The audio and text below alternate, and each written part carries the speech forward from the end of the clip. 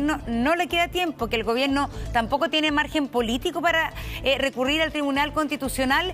¿Qué le dirías al gobierno hoy día? ¿Qué le diría al ministro Briones y al presidente Sebastián Piñera si te escucharan para que le pidieras un consejo político de inmediato? Yo hago un llamado al gobierno, pero sobre todo también a la oposición, que son mayoría en el Parlamento, a que concurran a un acuerdo en materia de pensiones. Yo creo que Chile lo está pidiendo hace muchos años y hacer un segundo retiro sin un acuerdo en pensiones puede terminar significando un tiro de gracia a las pensiones de los chilenos, y creo que es un tema que tiene que ir de la mano.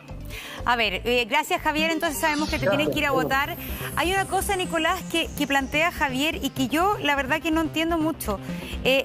Tú también coincides con él de que una reforma al sistema de pensiones, que lleva muchos años, que está pendiente, está condicionada por un retiro del 10%, ¿no son de alguna manera temas que tienen que verse separados? Es que, Montserrat, lo que ocurre es que hoy día el problema es el hambre. Lo decía muy bien Jimena Rincón, lo ratificaba Camila Flores. Fíjate tú que ahora nosotros estamos entrando en el verano, producto de lo cual va a estar más limitado el contagio. Pero si mira lo que está ocurriendo en Europa o en Estados Unidos, el rebrote es completamente colosal. Con lo cual vamos a tener posiblemente cuando comience el otoño y el invierno nuevamente problemas muy fuertes. Entonces el gobierno llega ya no tarde, tardísimo, hiper tardísimo. Debiéramos hace mucho tiempo haber legislado, mientras dure la pandemia, o sea, 18 meses por delante, un ingreso mínimo familiar de 500.000 pesos, que es el suple respecto a lo que tienen, no que le va a dar 500, si tienen 100 o 400, etc. Para pasar de todo esto. Entonces, el problema es que esto se desborda porque no hay soluciones.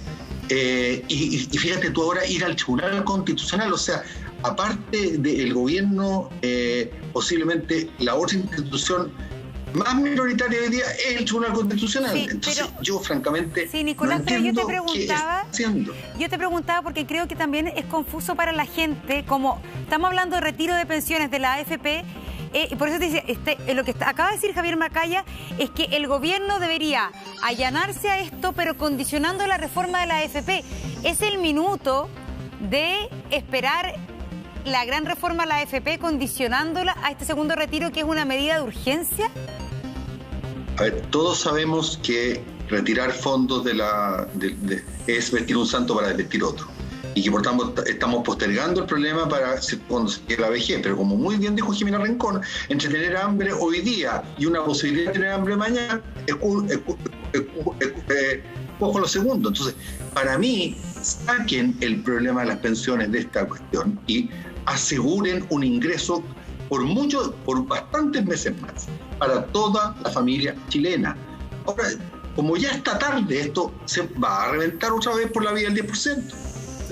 Tenemos que ir a Jimena, ojalá unos minutos cada una para que puedan alcanzar las dos.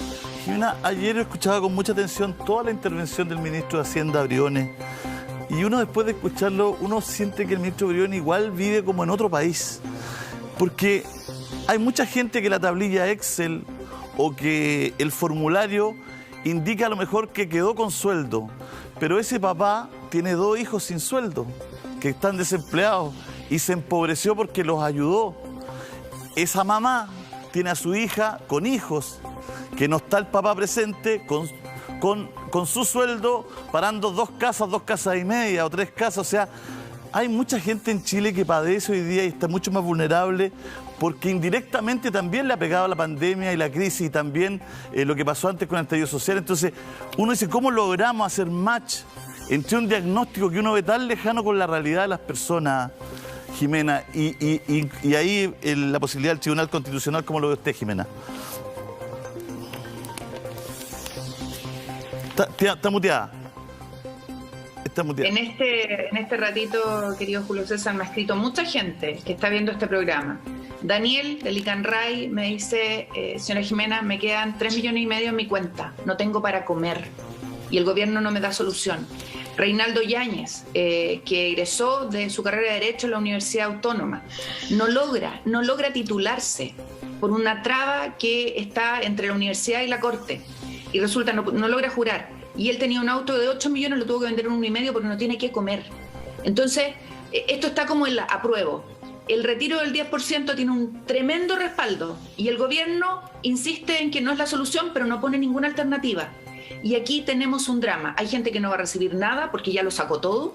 Hay gente que va a retirar nuevamente porque no tiene cómo enfrentar el día a día y va a quedar con muy poco ahorro. Y hay gente que la verdad es que no está en ninguno de esos dilemas. Pero el gobierno pone encima de la mesa soluciones que no son reales. El Tribunal Constitucional no resuelve el problema de la gente. Esta pandemia empezó hace 10 meses atrás en el mundo, llegó hace 8 meses a Chile y al día de hoy no tenemos una solución para la clase media de nuestro país.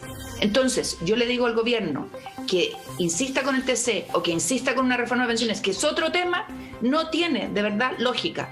La reforma de pensiones, el tema de la tabla de mortalidad, la tasa de interés técnico, el factor de ajuste, es un tema que venimos contigo, Julio César, abordando infinitamente en este programa. Al día de hoy el gobierno no responde.